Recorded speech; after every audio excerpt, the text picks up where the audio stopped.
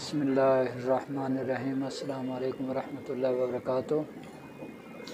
मैं हकीम इम्तियाज़ दानिश, आप देख रहे हैं हिकमत इम्तियाज़ यूट्यूब चैनल। आज हम जिस बीमारी के साथ हाज़िर हुए हैं वो है मुंह से बदबू आना। मुंह से बदबू आना, ये इसके बारे में मैं आपको बताऊंगा और इसके लिए एक बेहतरीन नुस्खा भी आपको दूंगा।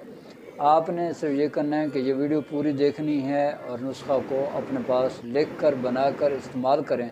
इंशाअल्लाह ताला इस मर्ज़ से आपको निजात मिलेगी। तो चलते हैं इस बीमारी की तरफ। मुंह से बदबू क्यों आती है? ये मुंह से बदबू उन लोगों के ज़्यादातर आती है जो शुगर में मुब्तला हो जाते हैं या जिनके मैदा बहुत ज़्यादा ख़राब होते हैं, मैदा डिस्टर्ब हो जाता है, मैदे में ठंडक आ जाती है, जिसकी वजह से खाई हुई ग़िज़ा जो है वो मैदे में पड़ी रहती है, उसका इखराज नहीं होता या वो हज़म नहीं होती, जिसकी वजह से मुंह से बदबू आना शुरू हो जाती है।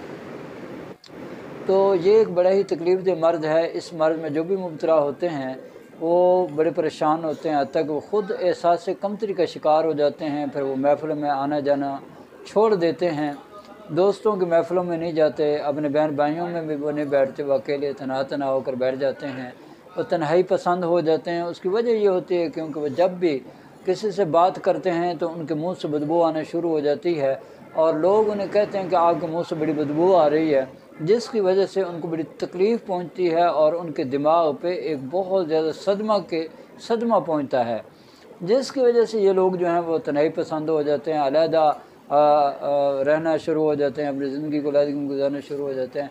बड़े टूथपेस्ट इस्तेमाल करते हैं, मिसवाकें इस्तेमाल करते हैं, लेकिन मुंह की बदबू होती है कि वो जाने का नाम ही नहीं लेती।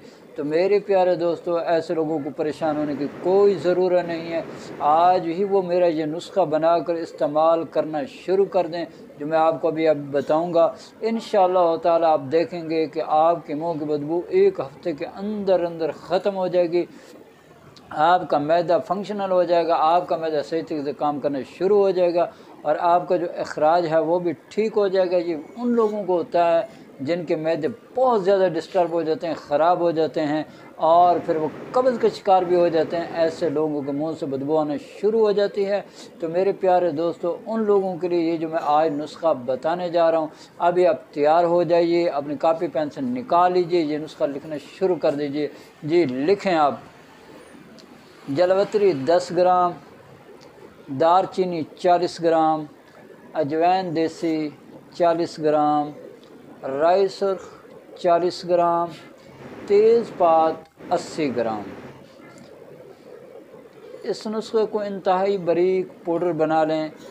बारीक पाउडर बनाने के बाद आपने छोटी आधी चम्मच चाय वाली सुबह शाम खाने के बाद पानी के साथ इस्तेमाल करनी है। इंशाअल्लाह ताला आप ये इस्तेमाल करेंगे, एक हफ़्ते के अंदर आपके मुंह से बदबू आना ख़त्म होना शुरू हो जाएगी और फिर ज़िंदगी में इंशाअल्लाह ताला कभी भी आपके मुंह से बदबू नहीं आएगी। इसके साथ एक और चीज़ जो मिलती है वो पंसार से मिलेगी आपको। वो आपने पंसार से लेनी जवारिश जालिनूस है।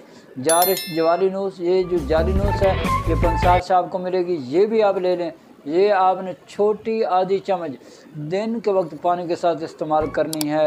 इंशाअल्लाह ताला ये नुस्खा आप इस्तेमाल करेंगे, आपके मुंह से बदबू आना हमेशा के लिए बंद हो जाएगी।